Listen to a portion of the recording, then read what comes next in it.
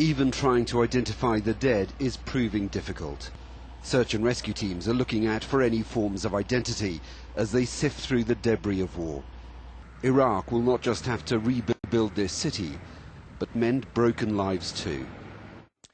The BBC's Jonathan Beale reporting. Let's go to federal politics now. Lots going on. We have speeches at 20 paces within the Liberal Party about the direction of the party as well. And also this morning, reports of a possible car emissions tax, which could rise the tax on rise the price of new cars as a result of the federal government meeting carbon efficient guidelines.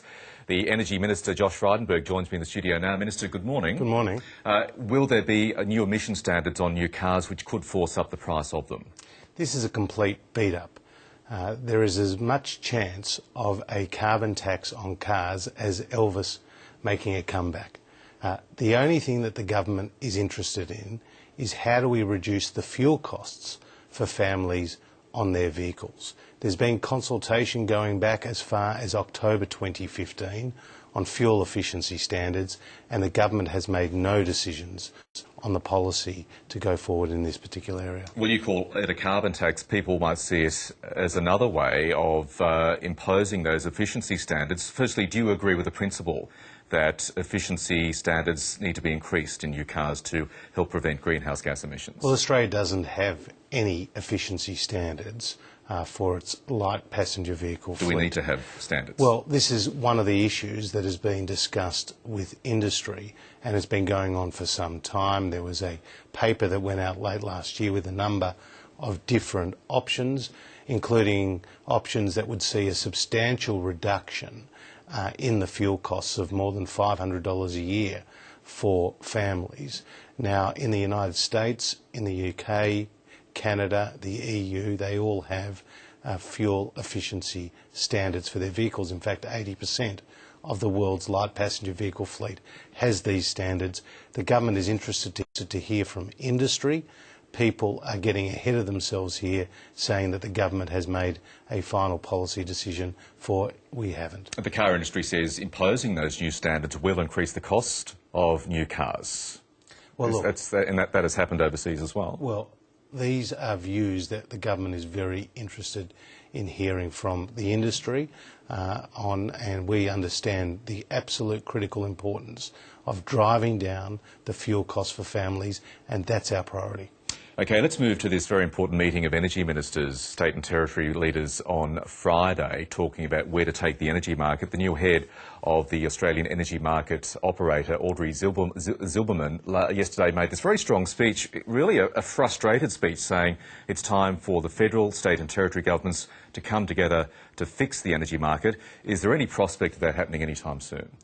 Well, we have made a number of successful decisions through the COAG Energy Council, including the most significant reforms to the transportation of gas in more than 20 years. The government has announced how it will be restricting gas exports in order to provide more for suppliers here, and we're also reining in the network and retail costs. The focus for the energy ministers at Friday's meeting will be how do we get more stability and security in the system. And I know that's the priority for the Australian energy market operator, and Alan Finkel, the chief scientist, has given us a blueprint for those initiatives, and that's what we'll be discussing. The energy market operator is also a big fan of this proposed massive battery in South Australia. You not so much. Why? Well, we welcome all new battery investments or storage investments across the grid. Our only point has been to put this in perspective. South Australia now gets 50% of its power from wind and solar, and as you know, that's intermittent, so they can't store their own power. This battery is 129 megawatt hours. It would compare to 350,000 megawatt hours of storage that you get from Snowy Hydro 2.0 and 1,000 megawatt hours of storage that you would get from the pumped hydro facility that we're investigating for the Upper Spencer Gulf in South Australia. Let's move on to the internals, as the insiders say. Former Federal Liberal leader John Hewson told Lateline last night that unless the disunity, his word, in the Liberal Party was fixed up, the Turnbull government would be destroyed. So how is this going to end, this standoff between Tony Abbott and Malcolm Turnbull?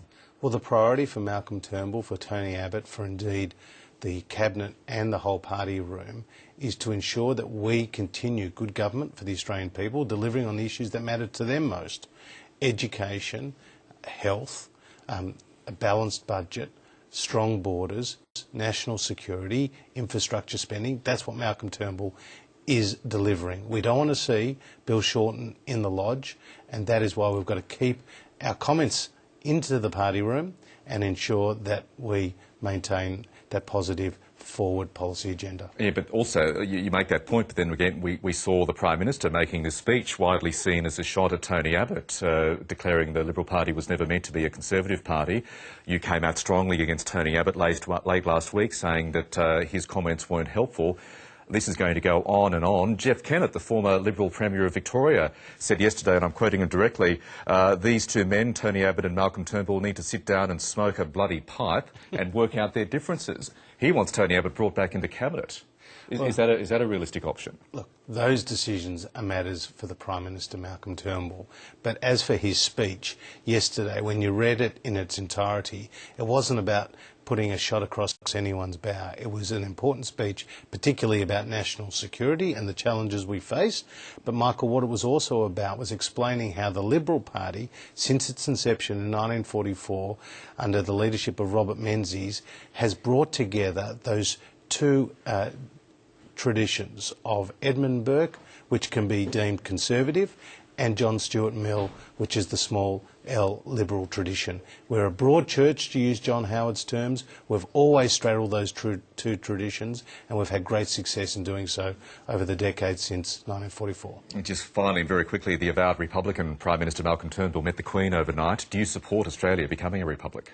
Look, I've always been on the record of supporting a republic, but this is a third-order issue. It's not the one that people are stopping any members of Parliament in the street on. We've got to get on with the job of delivering economic and national security. That's our priority. The Republic is not one for the current time. OK, we'll leave it there. Josh Frydenberg, thank you very much for your time. Thank you. Now, the former Australian cricket captain Mark Taylor is hoping some common sense and compromise will now prevail to end that bitter pay dispute threatening the Ashes. The Cricket Australia director has urged both sides to work together to find a resolution.